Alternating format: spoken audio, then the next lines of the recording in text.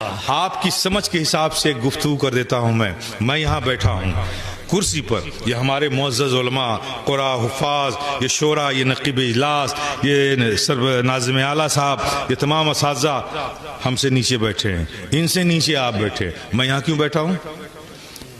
اس لیے مجھے یہاں بٹھایا آپ نے کہ میں آپ کو کچھ دے رہا ہوں. سبحان اللہ، سبحان اللہ، سبحان اللہ، سبحان اللہ. تبھی تو یہاں تک بیٹھا ہوں، تبھی تو یہاں بیٹھا ہوں. مجھ سے اوپر یہ لائٹ ہے. یہ لائٹ یہاں کیوں ہے؟ اس لیے کہ روشنی دے رہی ہے. اگر یہ اوپر نہ ہوتی تو ہم سب نظر نہ آتے. تو اس کی بھی بڑی ضرورت ہے. یہ ہمیں نظر آنے دے، اپنی روشنی پھینکے تاکہ ہمیں آپ ہمیں دیکھ سکیں اور ہماری بات سن سکیں. تو اس کی بھی ضرورت بڑی ہم. تو یہ مجھ سے اوپر، لیکن انصاف سے بولو، اگر یہی لائٹ فیوز ہو جائے تو بھی یہاں رہے گی؟ نہیں. بولو نا میرے پیارے. روشنی دے رہی تو بلندیوں پر ہے، اور روشنی دینا بند کر دے تو نالیوں میں پڑی نظر آئے گی، نالیوں میں پڑی نظر آئے گی. یہی حال ہمارا ہے میرے پیارے. جب تک ہم دنیا کو دے رہے تھے، دنیا ہمیں جھک کر سلام کر رہی تھی. جب ہم دینے کے بجائے لینے والے بن گئے تو دنیا نے ہمیں ٹھوکروں پہ ڈال دیا. مسلمان بدماش ہے، مسلمان الٹریٹ ہے، مسلمان انکلچرڈ ہے، مسلمان انسیولائزڈ ہے، مسلمان ٹیررسٹ ہے.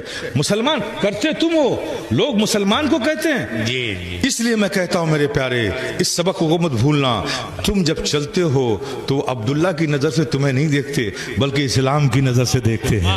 مسلمان دیکھتے ہیں، اسلام کو دیکھتے ہیں.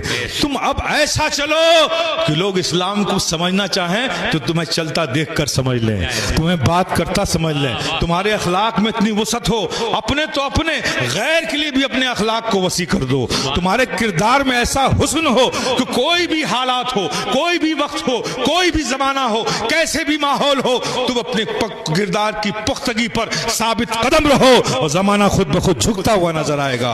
آزمائشیں تو آتی ہیں، جیسے جیسے انسان بلندیوں پر جاتا ہے ویسے ویسے آزمائشوں کا شکار ہوتا ہے. تمہارے ساتھ کیا آزمائش ہے یار؟ کیا آزمائش ہے؟ دھندا میں مندہ ہو گیا، کبھی کاروبار میں کامیاب ہو گئے، کبھی کامیاب میں ناکام ہو گئے، اتنی سے آزمائش سمجھتے ہو؟ آزمائش تو جو جتنا رب کے قریب رہا ہے اس سے اتنی سخت آزمائش لی گئی ہے. میرے پیارے نبی، اللہ کے نبی سب سے زیادہ قریب ہے نا اللہ سے. تو نبیوں کے حوال پڑھو، کسی کے سروں پہ آرے چلائے گئے، کسی کو آگ میں ڈالا گیا. کیا کیا ظلم ہوا؟ کیا ایسا ظلم تمہارے ساتھ ہوا ہے؟ کیا ایسی آزمائش تمہارے ساتھ ہوئی ہے؟ میرے پیارے نہیں. آزمائشوں سے تو گزرنا پڑے گا. آپ کو ایگزام تو پاس کرنا ہی پڑے گا.